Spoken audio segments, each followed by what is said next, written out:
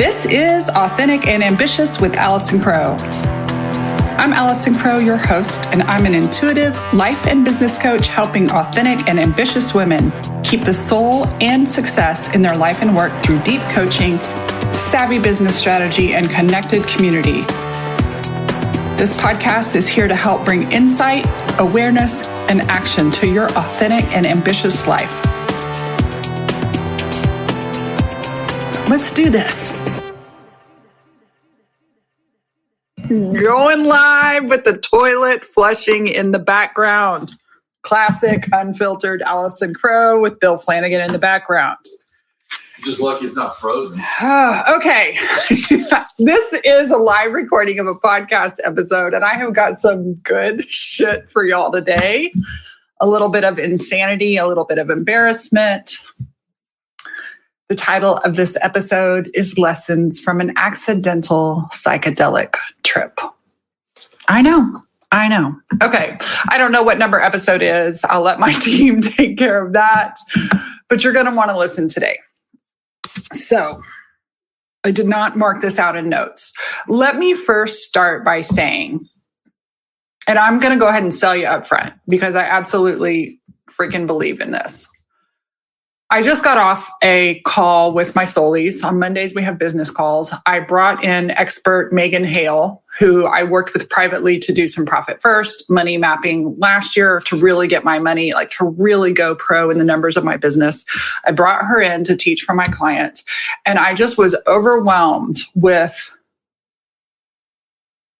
the model that I have created as a coach for most of my clients, not my mastermind clients, but to be able to come in to get full-on life and business call, like a general practitioner, to have the base of that for $333 a month. The whole reason is that it allows extra money to be able to invest in specifics, to invest in specialties as you grow your business. It's brilliant. Why aren't you in it yet? Message me, go to coachwithallison.com and join Soulies today. Nowhere else. It's like a general practitioner. Okay. You're going to get personality with me, teaching. I bring in the experts. We do business and life coaching every week.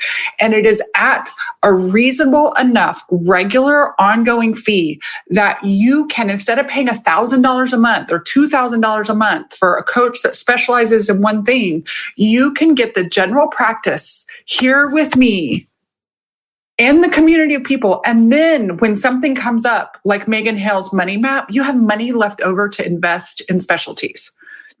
I am so after that, I'm just even more hands down. This is freaking amazing. Okay. But what you really came and why you're listening is because you want to know about the trip. So first, let me give a little realistic history. I was not the Crow kid that did drugs. I think I had my first beer at 16 or 17. It wasn't great. I did drink a little bit in college. I did not try weed until I was 32 years old. I did it on my front porch with my brother who'd been doing it since 8th grade. And I was like, what's the big deal? So as much as sometimes we talk about weed in my house and sometimes online and stuff like that, I'm not really a giant pot smoker. I actually broke up with a guy one time and I did smoke a lot of weed with him. But in between my marriages, I dated this guy that he just constantly smoked weed. And I was just like, yeah, that's not what I want to do. And I don't want to be with somebody who's constantly high. And I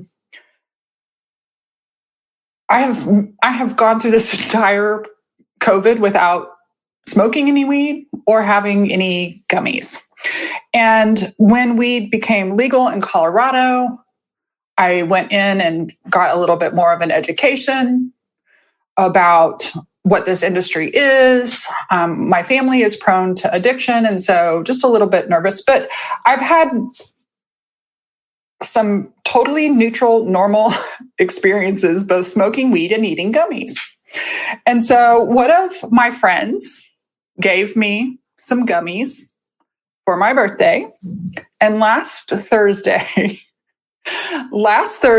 I did my coaching call and was like, I have the rest of the day off. I'm going to enjoy one of these weed gummies. And I happened to just totally bypass what she told me about these, because when she gave them to me, so lesson number one, when your friends pull you aside and look you in the eye and tell you something, actually remember it. Like slow down, tattoo it on your forehead. So I'm pretty sure I was stone cold sober when she gave these to me last week. She looked at me and said, do not take an entire one. Okay. So I'm used to like 5 milligram, 10 milligram, chill out weed gummies. My wine does more to me than that. So that's what I was expecting. So I finished my coaching call and she's literally given me 2. Okay. I take one and I just pop the whole damn thing in my mouth. I haven't even told her this yet because honestly, it's embarrassing. The only reason I'm comfortable telling you is because the insights that came out of it were really fucking huge. So I'm just going to spill the beans. I got nothing to lose. So I'm expecting to have a Thursday afternoon where I'm just chill and relaxed. I had a really intense work week last week. I did all kinds of stuff. I got my taxes all done. Like I hit the nail on the head last week with life, business, etc. And so knew that a winter storm was coming and we would just be able to chill out this weekend. And so I took my little weed gummy. And my husband and I were spending the afternoon watching a movie and I was sitting in bed. And all of a sudden I realized this was no normal weed gummy. So never from 36 to 49, well, from 36 to 48, never have I had a psychedelic experience, ever. I've had no interest in doing plant medicine. I've never, ever tried any alcohol, and weed are the only drugs I've ever done. I've never done cocaine. I've never done acid. I've never done mushrooms. I just have never done any of those things. And honestly, I've always been a little nervous about any psychedelic drugs. It's just, my brain is already psychedelic. And so for a while, I'm sitting there on the bed watching The Sopranos. Oh my God. I cannot even watch the rest of the thing because The Sopranos is a part of this trip. So Bill and I decided we're going to watch The Sopranos. We've never seen it from the beginning. And at some point, I'm realizing this is not my normal reaction. And I'm going to have to tell Bill I need help. Bill really doesn't drink. He really doesn't do drugs. He just is, he likes to be in control. We think that alcohol culture is a little too much. And so Bill's extremely, I'm not saying he completely abstains, but for people that don't abstain, he hardly drinks and he certainly doesn't do drugs and he really doesn't do weed. So I'm already starting to feel some shame, like, oh, I got to ask Bill for some help. So I just tell Bill, I said, hey, Bill, I took a gummy. I'm having a reaction and experience that isn't like the other times that I've done this. And I've been with him before when I've taken gummies that didn't have a psychedelic experience or I didn't take too much of them. And he was like, okay. And he was really nice and he was really compassionate. He could have made fun of me. He was super nice. And I just said, I asked him to bring me a glass of water. I felt like already I couldn't get up from my bed. Like things were spinning. I was going in and out of levels of consciousness. Okay, that's never happened to me. It happens in my dreams, but it didn't happen with a substance. So honestly, the first lesson was asking for help.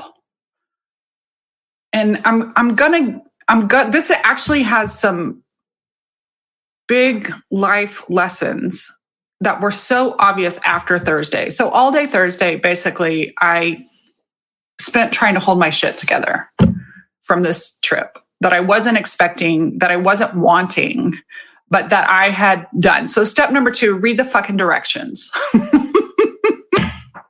At some point, I looked up to Bill and I said, hey, could you go in and get this, this little, the jar that it came in with the labeling and packaging, and could you read how many milligrams it is? I wanted to know, did I take too much of it? Yes. And so we came in, told me I took way too much. You're supposed to cut it into like fourths. And I took the whole thing. So got that aware, ended up hugging the toilet, throwing up. I had just had wonderful soup and I threw up my soup. And then I lie on the floor on my cozy little bathroom rug. I only threw up one time, but I don't know even how long I was there. But what was happening? So this is where it gets learning and interesting. I'm not an experienced, I just don't do this. And what was happening is, number one, I could feel this like desire to just surrender and relax. Just chill out, Allison. But honestly, and track with the metaphors for me, okay? I couldn't chill out. In my head, I was like, if I relax, I will die. If I relax, my heart will stop. If I relax, and I was like, I don't want to die here on the floor from taking too much weed, right? Like, listen to how crazy it sounds. So I'm feeling all the embarrassment. I'm feeling the shame. And I'm hearing this whisper to just surrender, like just surrender to the experience. And I'm not talking like these people that go out and have your plant medicine, like you have somebody facilitating you. So there's nobody facilitating me saying everything's going to be okay. I literally am laying there with my heart burning, thinking, I might die. I might give myself a heart attack. Meanwhile, my foot. So I'm laying on the floor, completely still, completely heavy, but my foot is just shaking, shaking, shaking, shaking. Not a pleasant experience, but my foot shaking was to stay grounded. Like if my foot shook, and then I also asked my husband to bring my water. And so I remember having these like going in and out of these levels of consciousness. I cannot say that any of them were pleasant. I don't think it was about the levels. There was nothing from the specific levels. The lesson for me was actually about surrendering and some other things. So I'm having this just shit day. I every once in a while, I'm like, touch your foot to the ground to make sure you're still here. And is the water glass there? And so I would look for the water glass because I'd had the water glass by the bed and I had the water glass by the toilet. And so for me, those were anchors to this plain reality. Those were the supports, my husband, the water glass, and my foot. Those were my tethered to grounding. Now, here's what's interesting.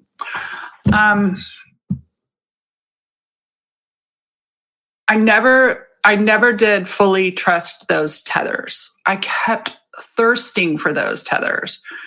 And there was a part of me that was like, you might actually enjoy this if you could just let go and surrender. And then I got into my head while I'm having this trip thinking, like I'm having this life coaching conversation with myself about surrender. And well, what if surrender kills me? And I can hear my ego self saying, well, if you surrender, you will die. And I just kept telling Bill, like a drunk girl, except for I was on a weird trip, saying, I'm embarrassed and I'm afraid. I'm embarrassed and I'm afraid. And I'm embarrassed and I'm afraid. Finally, I was able to get up off the floor. I was able to crawl in bed. I fell asleep, woke up later, just basically thirsty. So that's really all that happened during the trip. But recognizing and meeting, I'm embarrassed and I'm afraid. I'm afraid if I surrender, I will die. And so the rest of the weekend, completely sober, and we're iced in, we can't go anywhere. I started making up stories like many of my business clients do without tripping on psychedelic weed gummies. I started telling myself like I should be creating content. And then part of me would say, it's okay to rest, Allison. It's okay to rest. Like, just chill out. Like, you don't need to keep creating. And some of my peers and colleagues were like creating massively. And sometimes when I see that, I'm like, ooh, I should put something out. I should do something. And, got into a little bit of this scarcity. And so I'm having this conversation back with myself. And honestly, I shared a little bit of this yesterday, but I wasted so much energy over the weekend just chilling out, like stressing about chilling out, shitting on myself about chilling out. I never actually chilled out. And the reality is, and this is where it hit me. So last night, my podcast comes out on Sundays. My podcast comes out on Sundays. And I sat down as I started to, I knew that I had a podcast to record on Sunday night for my team to get to them. And I came to my office to check in some of my content to see what was on board, which we totally scrapped because I'm telling you about this accidental psychedelic trip. And I came to sit down and I started getting excited about content. I started thinking things and I was like, oh, I haven't checked my podcast stats in a while. And I went to go check my podcast stats. And I had seen that just in the few hours that my podcast had been released, 16 people had listened to that one episode and 100 people had listened to another episode. And I realized that 16 people had walked in the door of my boutique to let me serve them without me that day or that weekend doing anything. And so when I saw that, I was like, Allison, you forgot that you have worked inner work and outer work to set yourself up so that you don't have to be willy-nilly. You have worked to set up systems and structure. So I'm recording this live on February 15th. It won't come out for 2 weeks. I have a team that sets things up. I did not push any of the publish buttons yesterday for the email that goes out, the social media that goes out, the actual publishing of the podcast. Once I record it, I pass it off to the team and they do most of the actual finishing. And seeing the data. So this is the connection to the conversation we had about money today. And Megan Hale has this thing called the money map. And for years, done prosperity thinking, money, abundance, all this other stuff. And I love the mystic, but without the logistic, the mystic has nowhere to thrive. And one of the things about allowing ourselves to go into the mystic, into the inner world, what really empowers the inner work we do is setting up outer work structures. And so a lot of Megan's work in the money map is very finely detailed into mapping out financially in detail to the penny how much money you want to make, how much money is possible, what your offers do, profit first. It's actually a very complex system that can be overwhelming. And we say, oh, I'm not into math and spreadsheets. No, I am into math and spreadsheets. Because I'm a business owner, I am willing to be intimate with the structures that support me. And what I forgot from the trip on this weekend was that I had support. So during the trip, because I was willing to ask, and there was a whole conversation, but I was like, Bill, I did something. I need you to know about it. And I need you to watch out and take care of me. And he did. And he did. And he didn't make fun of me. He was really gracious. He was a little bit like, next time, read the fucking instructions. But I had this human being that I could have just relaxed into it. I don't know what it would have been if I had. I just know that I didn't. And so as I come out of that and as I'm back to real life, I look at how many areas, number one, do I already have support and I'm not leaning on the support I have? Number two, spiritually, when spirit is asking us to surrender, we tend to want to white knuckle that. A client a couple of weeks ago asked, like, how do we surrender? I don't have an answer for you yet.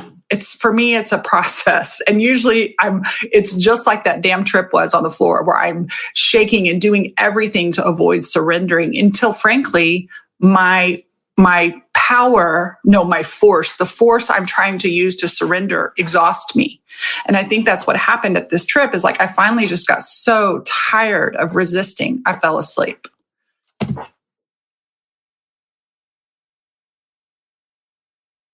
What came out underneath was this sweet embarrassment and fear. of death. And I realized that we all fear death. The episode title today was supposed to be, I know what blocks you. And what blocks you is discomfort. We feel like we will die if we are uncomfortable. We don't look into the map of our money, into the spreadsheets. We don't plan down to the penny. We'll set big moonshot goals because that's fun, but we'll never map out the system, whether it's money or internal work, because we don't want to do the discomfort. Our brain, our frontal lobes literally tell us, if you do this, you will die.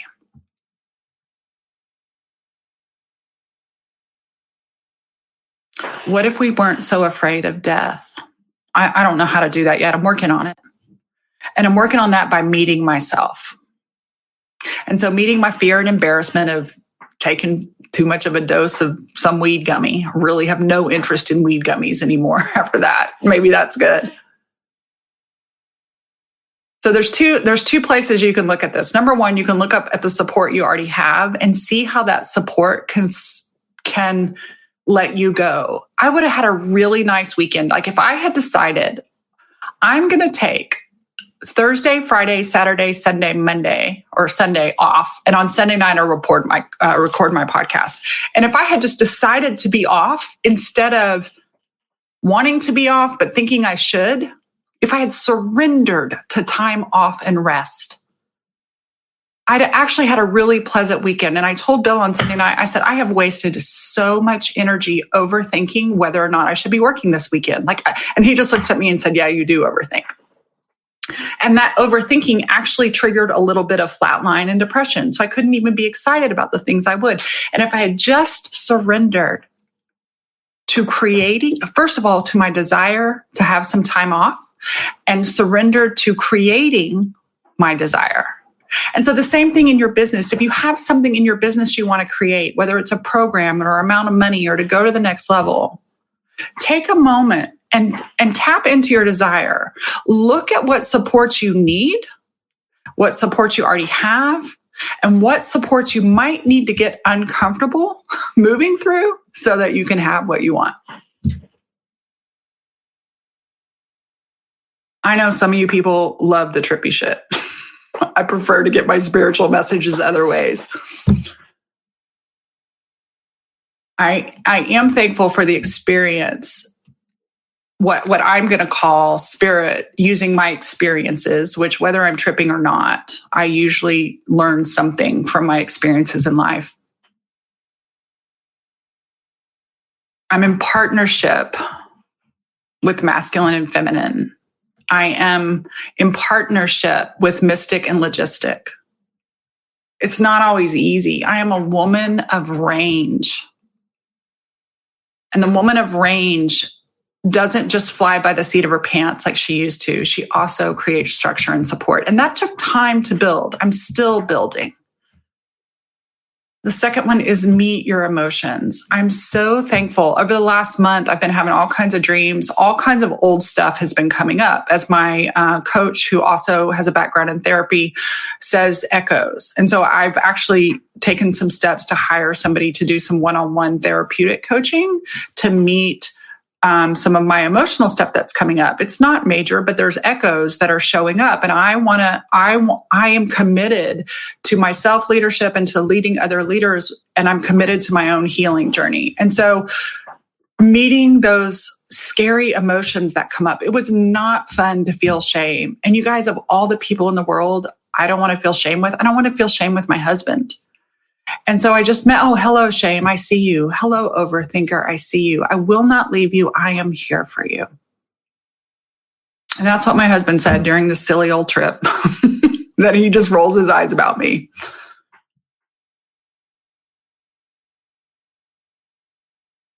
Even as I share, there's a tinge of embarrassment. And then there's also, it is what it is.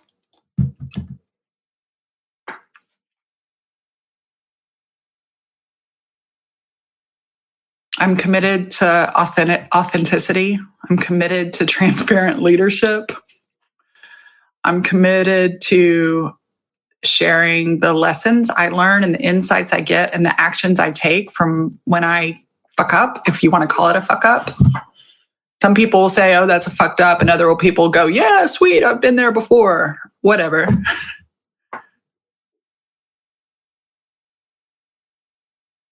Mystic and logistic. Profound engagement, profound rest. And where I found myself last Thursday during this accidental trip was in the brackish water of profound engagement in a trip, which it led to a shitty experience. And I've been using that phrase, I'm feeling in brackish water. I've been creating my life that's brackish instead of one or the other.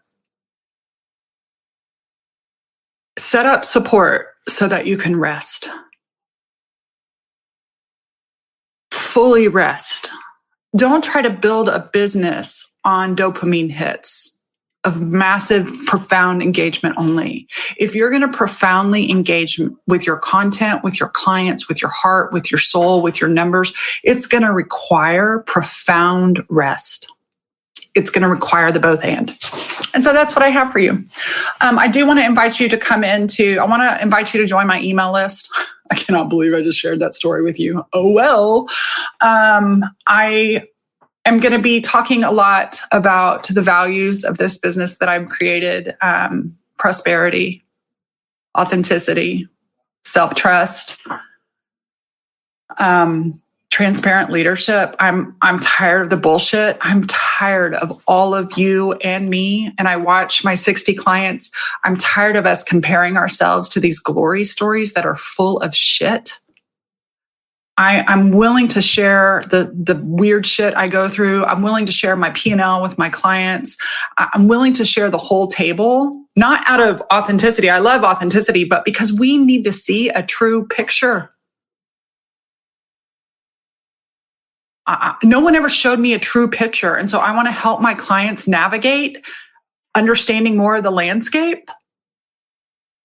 So I would love to have you join me in Soulful Success. I think it is the greatest space for you to spend $333 a month getting your basic needs met deeply, deeply for community, for life coaching and business coaching. And then if you need to go out and hire a specialist, you will have money left over to do it. If you prefer to spend a lot of money and you've already made over $100,000 in a single year, you are welcome to reach out and contact me to be a part of my mastermind, Spark and Hustle. It's $18,000. I don't have a sales page for that. My team wants to set up one. I don't want to do that. I'm going to have personal relationships, and a lot of my members for last year are going again next year. So if you really don't want to spend $333 and you'd rather spend a whole lot more, come on, let's go. Actually, when you're in the Spark and Hustle, you get the membership as a gift. So that's all I wanted to share. Thank you. Just thank you. Oh, and share this with somebody. Hi, here's my coach. She had an accidental trip. Okay, with that, I'm going to go. It's snowy here in Austin, Texas. We're in the middle of this freeze. We'll be over it by the time you hear this live on the podcast. I'm going to go profoundly disengage. And now that our heat is back on, I'm going to go outside and play with my dogs in the snow like a 6-year-old child. And then I will be back tomorrow morning to profoundly engage with my business and my clients. Thank you for listening. Thank you. And shout out to Allison and Joe who commented here live. That data, people are paying attention when you set up systems and you let it go. You don't always have to be there. So thank you for your attention. It is so valuable. I love you. Thanks for listening to Authentic and Ambitious. You can find out more and connect with me at AllisonCrow.com. The show is sponsored by my 3 rescue dogs, Leroy Brown, Clementine, and Rocky Potato. They're here to remind you to consider adoption the next time you're looking for a pet. Special thanks to Stacey Harris and Callie Orr with Uncommonly More and Elise Rich for making the production and promotion of this podcast possible and professional. Until next time, be your authentic and ambitious self. The world needs you.